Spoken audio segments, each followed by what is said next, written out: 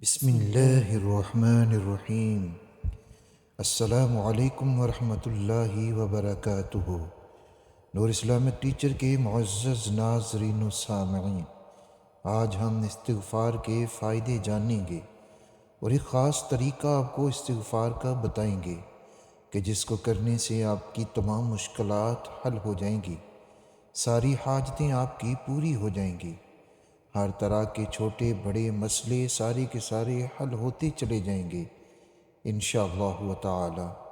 ناظرین اکرام، حضرت علی المرتضیٰ رضی اللہ تعالیٰ عنہ کا ارشاد ہے کہ عرض کائنات میں دو امان دیے گئے، زمین کے دو امان میں سے ایک تو اٹھا لیا گیا اور وہ رسول اللہ صلی اللہ علیہ وآلہ وسلم کی ذات گرامی ہے، اور دوسرا باقی رہ گیا اور وہ استغفار ہے، اس کو مضبوط پکڑ لو۔ معلوم ہوا کہ یہ امت جب تک استغفار کرتی رہے گی اللہ رب العزت کے عذاب سے محفوظ رہے گی، جیسا کہ مسند احمد میں حضرت فضالہ بن عبید رضی اللہ تعالی عنہ رسول اللہ صلی اللہ علیہ وآلہ وسلم سے نقل کرتے ہیں کہ بندہ عذاب خداوندی سے امن میں ہے جب تک کہ وہ استغفار کرتا ہے۔ معلوم ہوا کہ ہمیں ہر وقت استغفار یعنی گناہوں سے معافی مانگتے رہنا چاہیے۔ استغفار کا معنی ہے مغفرت طلب کرنا، یعنی جب انسان اللہ رب العزت کی نافرمانی کر بیٹھتا ہے اور انسان اس پر نادم ہو گیا کہ میں نے اپنے خالق و مالک کی نافرمانی کی ہے، اور پھر اللہ رب العزت سے اپنی گناہوں کی معافی مانگنے لگا، تو شرع میں اس کو استغفار کہتے ہیں۔ لیکن استغفار میں اپنے گناہوں پر سچے دل سے ندامت ہو کہ میں نے ایسا کیوں کیا، یہ گناہ مجھ سے کیوں ہو گیا، مجھے ایسا نہیں کرنا چاہیے تھا۔ حضرت رابعہ بصریہ کا ارشاد ہے، ہمارا استغفار ایک اور استغفار کا محتاج ہے، یعنی گناہوں سے سچے دل سے استغفار نہیں کرتے۔ اسی طرح امام غزالی رحمۃ اللہ علیہ کا ارشاد ہے کہ استغفار سے قبل ندامت ضروری ہے، ورنہ یہ استغفار جو ندامت کے بغیر ہو وہ تو ایک مذاق ہی ہے۔ انسان کتنا ہی گناہگار کیوں نہ ہو، اسے کبھی بھی مایوس نہیں ہونا چاہیے۔ اللہ کی رحمت وسیع ہے، اور اس وسیع رحمت کے سامنے ہمارے گناہوں کی کیا حیثیت ہے، بشرطے کہ انسان اپنے گناہوں پر نادم بھی ہو۔ حضرت ابو سعید رضی اللہ تعالی عنہ سے روایت ہے کہ حضور اقدس صلی اللہ علیہ وآلہ وسلم نے ارشاد فرمایا، بلا شبہ شیطان نے کہا کہ اے رب، قسم ہے تیری ذات کی، میں تیرے بندوں کو بہکاتا ہی رہوں گا جب تک ان کی روحیں ان کے جسموں میں رہیں گی۔ اس پر اللہ جل شانہ نے ارشاد فرمایا کہ مجھے اپنی عزت و جلال کی اور رتبہ بلندی کی قسم ہے، میں ان کو بخشتا رہوں گا جب تک وہ مجھ سے مغفرت طلب کرتے رہیں گے۔ حضرت عبداللہ بن بصر رضی اللہ تعالی عنہ سے روایت ہے کہ رسول اللہ صلی اللہ علیہ وآلہ وسلم نے ارشاد فرمایا، بہت عمدہ حالت ہے اس شخص کے لیے جو قیامت کے دن اپنے اعمال نامے میں کثیر استغفار پائے۔ دوسری روایت میں آتا ہے کہ جو شخص چاہے کہ قیامت کے دن اس کا اعمال نامہ اس کو خوش کر دے تو اس کو کثرت سے توبہ و استغفار کرتے رہنا چاہیے۔ حضرت انس رضی اللہ تعالیٰ عنہ سے روایت ہے کہ رسول اللہ صلی اللہ علیہ وآلہ وسلم نے ارشاد فرمایا، نگرانی کرنے والے دو فرشتے یعنی اعمال نامہ لکھنے والے جن کو کرامن کاتبین کہا جاتا ہے، کسی بھی دن جب اللہ جل شانہ کے حضور کسی کا اعمال نامہ پیش کرتے ہیں اور اس کے اول آخر میں استغفار لکھا ہوتا ہے تو اللہ جل شانہ کا ارشاد ہوتا ہے کہ میں اپنے بندہ کا وہ سب کچھ بخش دیا جو اس اعمال نامہ کے اول آخر کے درمیان ہے۔ استغفار کرنے والا انسان جتنا بھی گناہگار کیوں نہ ہو، استغفار کرنے والا گناہوں پر اصرار کرنے والا نہیں ہوتا۔ انسان سے بوجہ بشریت گناہ ہو جانا ممکن ہے، گناہ ہو جاتے ہیں، لیکن یہ بات ذہن میں رہے کہ گناہ ہو جانا اور چیز ہے اور گناہ کرتے رہنا اور چیز ہے۔ جیسے سورہ آل عمران میں اللہ رب العزت کا ارشاد گرامی ہے، جس کا ترجمہ ہے اور اڑتے نہیں اپنے کیے پر اور وہ جانتے ہیں۔ تو اسی لیے گناہوں کے اوپر ڈٹے رہنا، اصرار کرنا، یہ بہت بڑا گناہ ہے۔ یعنی گناہ کرتے رہنا اگر گناہ ہے، برا ہے، لیکن گناہ کے بعد اگر کوئی استغفار بھی کر رہا ہے تو اللہ رب العزت کے نزدیک یہ گناہوں پر اصرار کرنے والا نہیں ہے۔ حضرت ابوبکر صدیق رضی اللہ تعالیٰ عنہ سے روایت ہے کہ حضور اقدس صلی اللہ علیہ وآلہ وسلم نے ارشاد فرمایا، جو شخص استغفار کرتا رہے وہ ان لوگوں میں شمار نہیں جو گناہوں پر اصرار کرنے والے ہیں، اگرچہ ایک دن میں 70 مرتبہ گناہ کرے۔ اسی طرح ترمذی اور ابو داؤد کے اندر موجود ہیں۔ اللہ کی اس رحمت و مغفرت سے ناظرین اکرام ہم فائدہ کیوں نہ اٹھائیں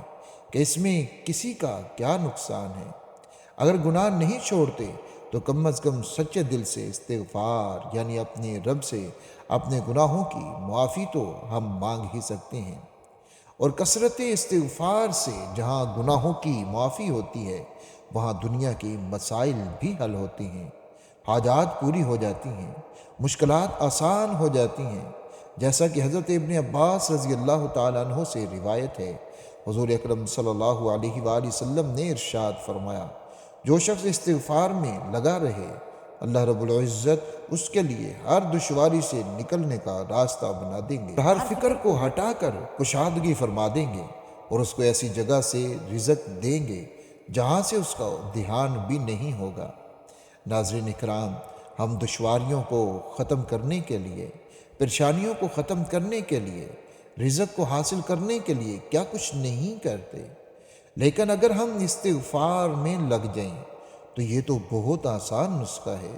جس پر اللہ رب العزت اور اللہ کے پیارے حبیب صلی اللہ علیہ وآلہ وسلم کا وعدہ ہے کہ استغفار میں لگنے والا بندہ یہ فوائد حاصل کر لے گا۔ استغفار کرنے پر جن انعامات کا ذکر ہوا وہی انعامات متقین کے لیے بھی وارد ہوئے ہیں۔ رسول اللہ صلی اللہ علیہ وآلہ وسلم پر ہم قربان جائیں کہ آپ کی رحمت نے یہ گوارا نہ کیا کہ میری امت کے خطا کار بندے محروم رہ جائیں، چنانچہ توبہ استغفار کرنے والوں کے لیے بھی انہی انعامات کا وعدہ فرمایا گیا جو متقین کے لیے ہیں۔ لہٰذا ہمیں چاہیے کہ ہم گناہوں سے سچے دل سے استغفار کریں تاکہ وہ انعامات ہمیں بھی مل سکیں۔ حضرت حسن بصری رحمۃ اللہ علیہ سے کسی نے قحط سالی کی شکایت کی، یعنی بارش نہ ہونے کی، تو انہوں نے فرمایا استغفار کرو۔ کسی دوسرے نے تنگ دستی کی شکایت کی تو اس کو بھی فرمایا استغفار کرو۔ تیسرے آدمی نے اولاد نہ ہونے کی شکایت کی، اس کو بھی فرمایا استغفار کرو۔ چوتھے نے شکایت کی پیداوار زمین میں بہت کم ہوتی ہے، اس کو بھی فرمایا استغفار کرو۔ بس کسی نے کہا کہ آپ نے ہر شکایت کا ایک ہی علاج بتا دیا ہے، تو انہوں نے سورہ نوح کی آیت تلاوت فرمائی جس کا ترجمہ یہ ہے، گناہ بخشواؤ اپنے رب سے، بے شک وہ بخشنے والا، وہ کثرت سے تم پر بارش بھیجے گا، تمہارے مال و اولاد میں ترقی دے گا اور تمہارے لیے باغات بنا دے گا اور تمہارے لیے نہریں جاری فرما دے گا۔ یعنی استغفار کرنے کے اوپر خالق کائنات نے جن جن انعامات کا ذکر کیا ہے اس آیت مبارکہ میں، تو ان چاروں آدمیوں کو حضرت حسن بصری رحمۃ اللہ علیہ نے ایک ہی نسخہ بتا دیا، ایک ہی چیز بتا دی۔ مولانا روم فرماتے ہیں کہ انسان، جو کچھ تجھ پر غم و مصائب اور ظلمات آتے ہیں وہ سب تیری بے باکی، گستاخی اور نافرمانی کے سبب آتے ہیں، بس جب تو غم اور مصائب دیکھے تو جلد استغفار کر، کیونکہ یہ غم خدا کے حکم سے آتا ہے۔ اللہ رب العزت کا ارشاد ہے، اور کیا ان کو دکھائی نہیں دیتا کہ یہ لوگ ہر سال میں 1 یا 2 بار کسی نہ کسی آفت میں پھنستے رہتے ہیں، پھر بھی وہ باز نہیں آتے اور وہ کچھ سمجھتے نہیں ہیں۔ ناظرین کرام، استغفار تو اتنا بڑا عمل ہے کہ جس کو کرنے سے دنیا بھی سنورتی ہے، کہ جس کو کرنے سے آخرت بھی سنورتی ہے، اجر بھی ملتا ہے اور گناہ بھی معاف ہوتے چلے جاتے ہیں۔ جتنی بڑی بھی حاجات اور ضروریات کیوں نہ ہوں، ساری حاجتیں اور ضرورتیں پوری ہوتی چلی جاتی ہیں۔ ناظرین اکرام، استغفار کے جو کلمات ہیں وہ احادیث کے اندر مختلف ملتے ہیں، اور بہت آسان سے کلمات میں بھی آپ کو بتاتا ہوں، ان میں سے آپ کوئی بھی یاد کریں اور ان کے ذریعہ سے اللہ رب العزت کے حضور استغفار کریں،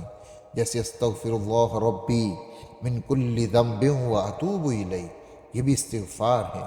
رب اغفر وارحم وانت خیر الراحمین، یہ بھی استغفار ہے۔ استغفر اللہ العظیم الذی لا الہ الا هو الحی القیوم واتوب الیہ، یہ بھی استغفار ہے۔ ان میں سے کوئی بھی استغفار آپ صبح و شام ایک ایک تسبیح ضرور کیا کریں، اور ہر نماز کے بعد بھی کم از کم 3 مرتبہ یا پھر 7 مرتبہ، 11 مرتبہ، 21 مرتبہ یہ ضرور کیا کریں ہر نماز کے بعد۔ اور جب بھی استغفار کے کلمات آپ کہیں، عاجزی کے ساتھ، انکساری کے ساتھ، اپنی غلطیوں کو، گناہوں کو سامنے رکھتے ہوئے پورے خلوص کے ساتھ اللہ رب العزت کے حضور استغفار کریں۔